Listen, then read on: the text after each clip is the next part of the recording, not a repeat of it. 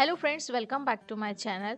कल ना मेरा बेटा बहुत पीछे पड़ा था कि मुझे ना आलू टिक्की बर्गर खाना है और मैंने उसे डिनर में बना भी दिया।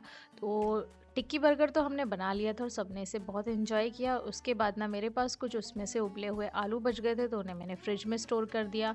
तो अब है आज सैटरडे और आज मैं बना रही हूँ उन बचे हुए आलू से बहुत ही टेस्टी आलू पराठा, बट कुछ डिफरेंट स्टाइल से। तो चलिए आपके साथ भी रेसिपी शेयर करते हैं जिसे बनाना बहुत ही आसान है। तो बस इन उबले हुए आलू को एक बड़े से बोल में ग्रेटर से ग्रेट करके हमें ले लेना है। तो आप यहाँ पर देख सकते हैं मैंने बिल्कुल बारीक वाले ग्रेटर का यूज़ किया है, क्योंकि मैंने आपको बताया कि मेरे पास ये रात के बचे हुए आलू थे। तो इन्हें ना मैश करना काफ़ी डिफ़िकल्ट होता है, क्योंकि फ्रिज में रखने के बाद आलू जो है काफ़ी ज़्यादा हार्ड हो जाता है। अगर आप ना इन पराठों को फ्रेश उबाल कर आलू से बना रहे हैं तो फिर ना आप इसे फोक से भी मैश कर सकते हैं, बट ध्यान रखिए कि इसमें ना आलू के गुठलियाँ नहीं होनी चाहिए। इसके बाद ही हम इसमें डाल देते हैं बारीक कटा प्याज। तो अगर आप प्याज नहीं खाते हैं तो इसे स्किप भी कर सकते हैं। इसके बाद मैंने ले लिया है यहाँ पर 2 से 3 हरी मिर्च, जिसे मैंने बारीक चॉप करके लिया है। तो अगर आप बच्चों के लिए बना रहे हैं, बच्चे तीखा नहीं खाते, तो इसे स्किप भी कर सकते हैं। साथ ही इसमें हम डाल देते हैं काश्मीरी लाल मिर्च, तो इससे कलर बहुत अच्छा आएगा। और साथ ही इसमें जाएगा थोड़ा सा हल्दी पाउडर। इसके बाद इसमें हम ऐड करेंगे धनिया का पाउडर। तो मसाले आप जो है अपने टेस्ट के अकॉर्डिंग कम ज़्यादा कर सकते हैं।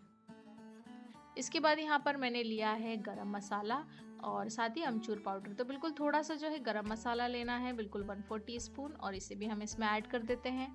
इसके बाद इसमें हम डालेंगे जीरे का पाउडर। तो जो घर का बना हुआ ज़ीरा है वही मैंने इसमें ऐड कर दिया है। तो जीरे को बस नॉर्मली रोस्ट करके उसका एक पाउडर बना के तैयार कर लेना है। साथ ही इसमें हम डाल देते हैं टेस्ट के अकॉर्डिंग नमक। और इसके बाद ना मैंने यहाँ पर कसूरी मेथी ली है। तो कसूरी मेथी को अच्छे से तवे पे ड्राई रोस्ट करके ना उसे मैंने हाथ से अच्छे से क्रश करके डाला है। तो इससे ना पराठे में जो इसका फ्लेवर है बहुत ही बढ़िया आएगा। और बहुत सारा इसमें डाल देते हैं धनिया। तो आज मेरे पास धनिया थोड़ा सा कम था। अगर आपके पास धनिया ज़्यादा है तो इसकी क्वांटिटी थोड़ा सा ज़्यादा डालेंगे तो पराठे बहुत ही टेस्टी बनेंगे। इसके बाद हम इसमें डाल देते हैं 1 पिंच हींग। और बस सारी चीज़ों को ना अच्छे से मिक्स करके ले लेना है। तो हमारा जो पराठे के लिए स्टफिंग है बढ़िया सा बन के तैयार हो जाता है। और इस तरीके की स्टफिंग से आप पराठे बनाएंगे तो बिल्कुल आपको मज़ा आ जाएगा। तो पराठे के लिए स्टफिंग हो गई है तैयार, इसे साइड में रखेंगे। और नॉर्मल जो चपाती के लिए आटा मैं लगाती हूँ, उसी आटे में से मैंने यहाँ पर 2 पेड़े तैयार कर लिए हैं। और बस उसे सूखे आटे में डस्ट करके हमें रोल करके ले लेना है। तो जैसे हम चपाती बनाते हैं बस उतनी ही थिकनेस का हमें यहाँ पर चपाती को बेल के तैयार करना है। तो इस तरीके से ना मैंने रोटी बना के तैयार करी है और एक रोटी को साइड में रख दिया। अब बस दूसरी लोई से हम दूसरी रोटी को भी बेल के तैयार कर लेंगे। और बिल्कुल जितना हो सके उतना हमें यहाँ पर इसका जो थिकनेस है वो हमें कम रखना है। तो यहाँ पर तैयार हो गया है। और अब एक रोटी के ऊपर मैंने लगा लिया यहाँ पर घी, बटर, ऑयल, आप जो चाहे वो यहाँ पर लगा सकते हैं। मैंने थोड़ा सा घी से इसे स्प्रेड कर दिया है। और इसके ऊपर हम इस पर डाल देते हैं सूखा आटा। बस इसके ऊपर आटा अच्छे से स्प्रिंकल करेंगे, जिससे ना स्टफिंग जो है आपकी इवनली जो है पराठे में रहेगी। ठीक है, तो फिर स्टफिंग में से हम थोड़ा सा पोर्शन ले लेंगे और इसके ऊपर अच्छे से लेयर करके ले लेंगे। तो स्टफिंग की जो लेयर है बिल्कुल एकदम अच्छे से इवनली लगानी है, बिल्कुल पतला पतला सा। ठीक है, और इसके बाद ना हम इस पर थोड़ा सा आटा जो है डस्ट कर देंगे। और सेम प्रोसेस से जो दूसरा जो चपाती है उसके ऊपर भी हमें ऑयल या फिर घी लगाकर सूखे आटे से डस्ट करके ले लेना है। तो आपका जो पराठे हैं ना वो बहुत ही बढ़िया बनेंगे, बिल्कुल मज़ेदार, ये बिल्कुल एकदम फूले फूले बनेंगे। और यकीन मानिए पराठे ना बहुत ही ज़्यादा टेस्टी बने थे। तो इस तरीके से देखिए सेम प्रोसेस से मैंने आटे को डस्ट कर दिया है और इसके ऊपर ना हम इसे कवर कर देंगे। तो ध्यान रखिए कि दोनों जो चपाती आपकी जो है वो थोड़ा सा इक्वल साइज़ की होनी चाहिए। थोड़ी सी अनइवन होगी चलेगा, उसे हम हाथ से प्रेस कर सकते हैं। तो इस तरीके से दोनों चपातियों को हमें सील करके पराठे को तैयार कर लेना है। और इसके ऊपर अगेन जो है सूखा आटा डस्ट करेंगे और बस रोल पिन की हेल्प से इसे अच्छे से रोल आउट करके ले लेना है। तो जितना पतला हो सके हम इस पराठे को बेल के तैयार करेंगे।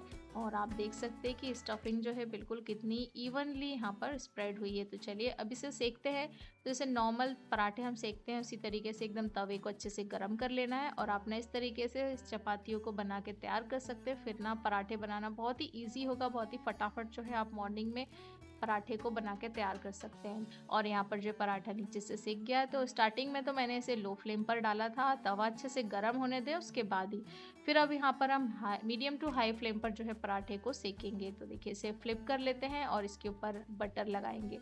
तो यहाँ पर मैं बटर का यूज़ कर रही हूँ, आप चाहें तो घी या तेल जो भी आप चाहें उसका यूज़ किया जा सकता है।